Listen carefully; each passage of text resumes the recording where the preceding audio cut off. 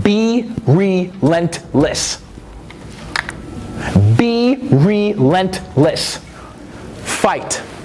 Fight for your right, madam, to be the best mother you can be. Fight for your right to be the best mom. Fight for your right to be the best dad you can be.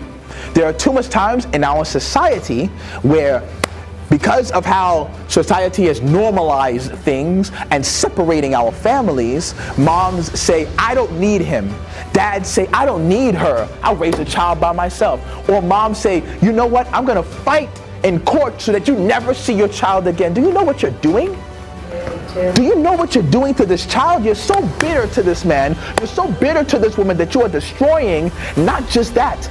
You're destroying this root. And if you have a root of a tree that grows and is spoiled from the bottom, bitter from the bottom, what's going to happen to the branches? What's going to happen to the other seeds that fall? It's going to be bitter too. So this child that you're affecting generationally is going to affect their children and their children and their children.